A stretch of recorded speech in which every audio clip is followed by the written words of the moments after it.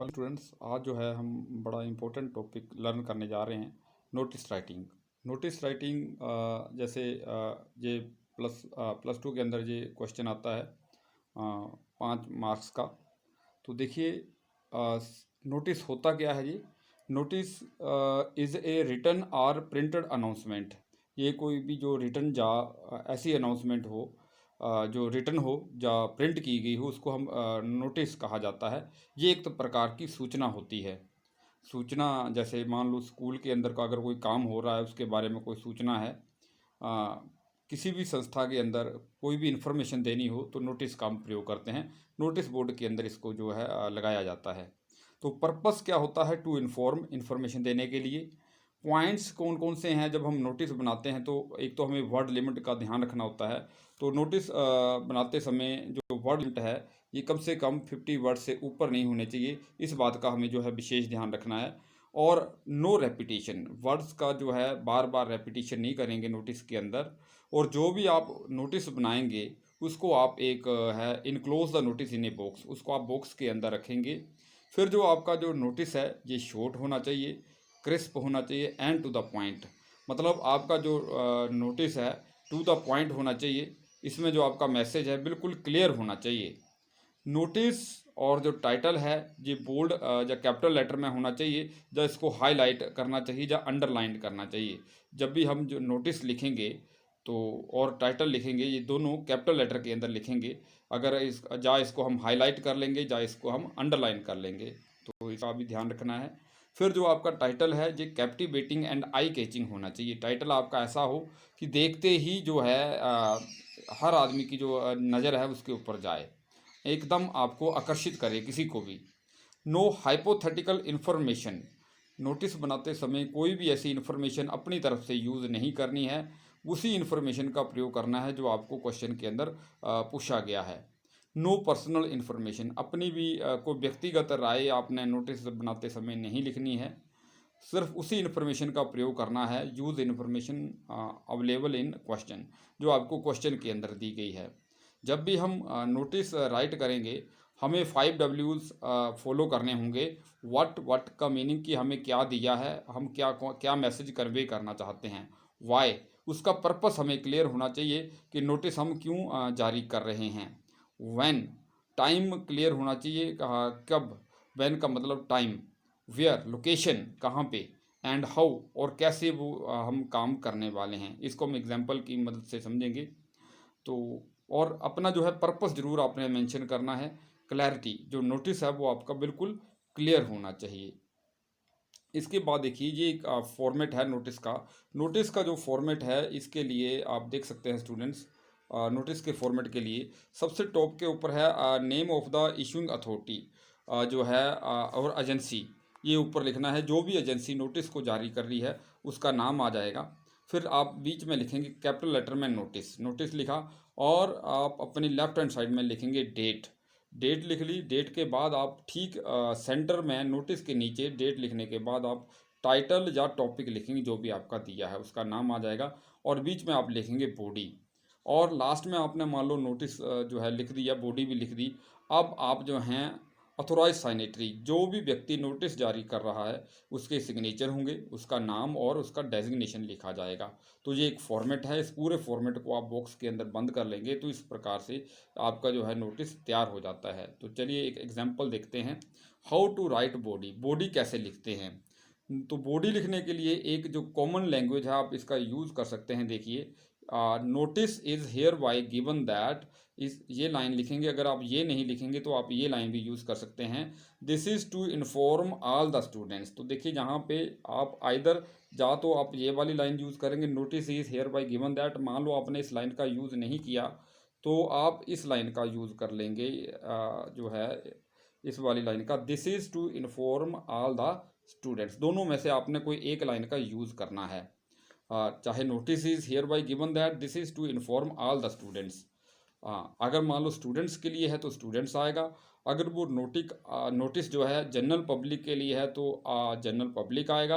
अगर वो किसी सोसाइटी के मेंबर्स हैं तो उन मेंबर्स, तब जहाँ पे मेंबर्स आएगा। तो मतलब जिन लोगों के लिए जो ऑडियंस है, जिस ऑडियंस के लिए वो नोटिस जारी किया जा रहा है, उस ऑडियंस का नाम आएगा। ऑडियंस मीन्स अगर नोटिस स्टूडेंट्स के लिए तो स्टूडेंट्स लिखेंगे, अगर आम पब्लिक के लिए तो पब्लिक लिखेंगे आप, अगर आप किसी भी सोसाइटी के किसी भी संस्था के वो मेंबर्स हैं तो मेंबर्स आएगा। उसके बाद आपने जो है कॉपी फ्रॉम द क्वेश्चन जहाँ पे लिखा है, आपने सीधा ही क्वेश्चन को यूज़ करना है। मान लो आपको क्वेश्चन के अंदर दिया है कि आपका जो स्कूल है वो क्यूज़ कंपटीशन ऑर्गेनाइज करने जा रहा है, तो ड्राफ्ट ए नोटिस इन्फॉर्मिंग स्टूडेंट्स, आपने एक नोटिस जारी करना है स्टूडेंट्स को इन्फॉर्म करते हुए कि क्यूज़ कंपटीशन आपके स्कूल में होने जा रहा है, तो आप एक नोटिस ड्राफ्ट करेंगे।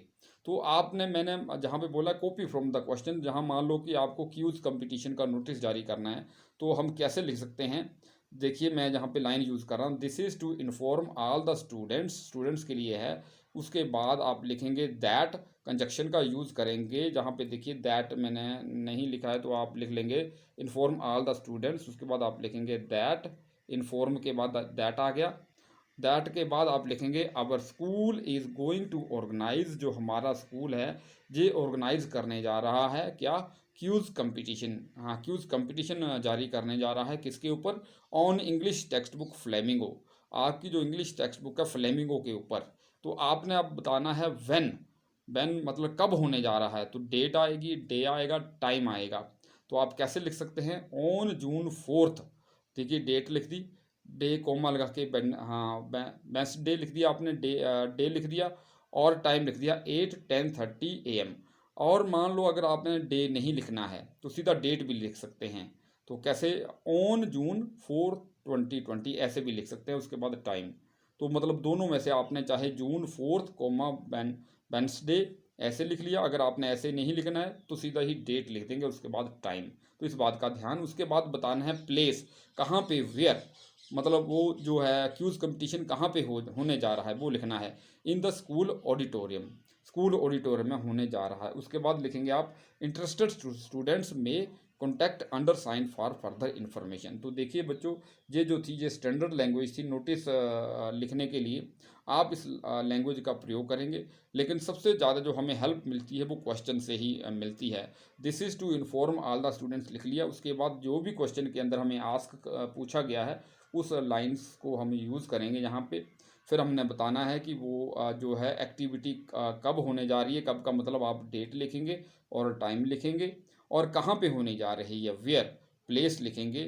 तो उसके बाद आपने जो है जिनके लिए नोटिस है उनको आप क्या कॉल करेंगे, दैट अर्जेंट्स, जैसे जहाँ पे लिखा है interested students may contact undersigned for further information. Undersign means जिसने नीचे साइन किए गए हैं उसे आप कॉन्टैक्ट कर सकते हैं। तो ये एक तरीका था बॉडी लिखने के लिए। चलिए एक एग्जाम्पल देखते हैं।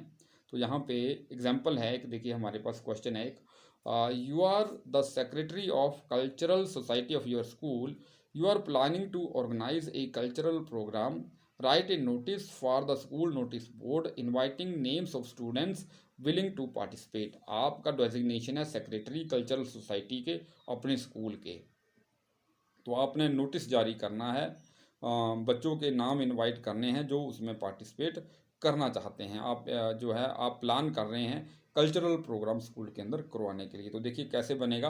सबसे पहले मैंने आपको बोला है आप देखिए सेक्रेटरी है कल्चरल सोसाइटी के, तो मैंने बोला था टॉप पे आएगा नेम ऑफ द ऑर्गेनाइजेशन या इशूइंग अथॉरिटी, जो अथॉरिटी इस नोटिस को जारी कर रही है उसका नाम आएगा। तो देखिए यहाँ पे जो अथॉरिटी का हमने लिख दिया government senior secondary school XYZ।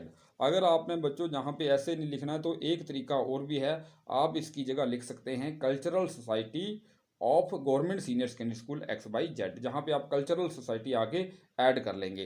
तो मतलब इशूइंग अथॉरिटी, जो अथॉरिटी इशू कर रही है उसका जो है नाम आएगा ऊपर। जैसे जहाँ पे जो नोटिस है government senior secondary school XYZ की तरफ से जारी किया जा रहा है तो उसका नाम लिखा। उसके बाद आप कैपिटल लेटर में लिखेंगे नोटिस, नोटिस लिख लिया। नोटिस लिखने के बाद आप लेफ्ट हैंड साइड में लिखेंगे डेट। तो देखिए यहाँ पे डेट लिखी हुई है 20 जून 2020। उसके बाद आप हेडिंग क्या करने जा रहे हैं, कल्चरल प्रोग्राम, वो आप कैपिटल लेटर में लिखेंगे। मैंने बोला था कि दो बातें कैपिटल लेटर में लिखनी है, एक तो नोटिस और कल्चरल प्रोग्राम, जो भी एक्टिविटी या जिसके बारे में भी आप नोटिस इशू करने जा रहे हैं। उसके बाद देखिए कैसे नोटिस बन गया इसका, कैसे बॉडी बनी इसकी। This This is to inform all the students that our school is going to organize a cultural program on 28th June 2028 10 a.m. in the school auditorium. अब देखिए, this is to inform all the students, उसके बाद that conjunction आ गई। Our school is going to organise a cultural programme, हमारा school जो है एक कल्चरल प्रोग्राम करने जा रहा है। ये लाइन मैंने कहाँ से ली, ये क्वेश्चन से आई है। देखिए, you are planning to organise a cultural programme, तो cultural programme organise a cultural programme, ये क्वेश्चन से हमने ये लाइन उठाई है। और कब? ऑन 28 जून 2020, 28 जून को जो ये होगा एट 10 AM। और कहाँ पे? देखिए यहाँ पे पहले तो हम जब नोटिस लिखेंगे तो स्टूडेंट्स हमें ये होना हमारे माइंड में होना चाहिए कि क्या होने जा रहा है। तो पहले तो व्हाट आ गया कि जो क्या काम हो रहा था, व्हाट, हमें पता लग गया कि व्हाट क्या, व्हाट की मीन्स कल्चरल प्रोग्राम होने जा रहा है स्कूल के अंदर। उसके बाद व्हेन, कब? तो देखिए ऑन, व्हेन हमारे माइंड में आना चाहिए, हमें पता होना चाहिए कि व्हेन, कब वो होगा कल्चरल प्रोग्राम। व्हेन के बाद व्हेन के अंदर आपने क्या लिखना है? डे और टाइम। फिर जो है आप लिखेंगे वेयर, कहाँ पे जो है वो होगा। तो आप फिर वेयर रखेंगे, लोकेशन लिखेंगे कि इस जगह पे होगा, जैसे लिखा जहाँ पे इन द स्कूल ऑडिटोरियम। फिर हम जो है होम हमारे माइंड में होना चाहिए कि होम का मतलब किसको अप्लाई करना है, कहाँ पे। तो देखिए यहाँ पे in the school auditorium those who are willing to participate may give their names to the undersigned, मतलब किसको देने हैं? होम का आंसर है by the 25th of this month, इस महीने की जो है 25 तारीख तक, जहाँ पे नाम आ गया रोहित, सेक्रेटरी, आगे कल्चरल सोसाइटी। तो इस तरह से जो बच्चों आप है एक नोटिस को ड्राफ्ट कर सकते हैं। Thanks a lot, have a nice day.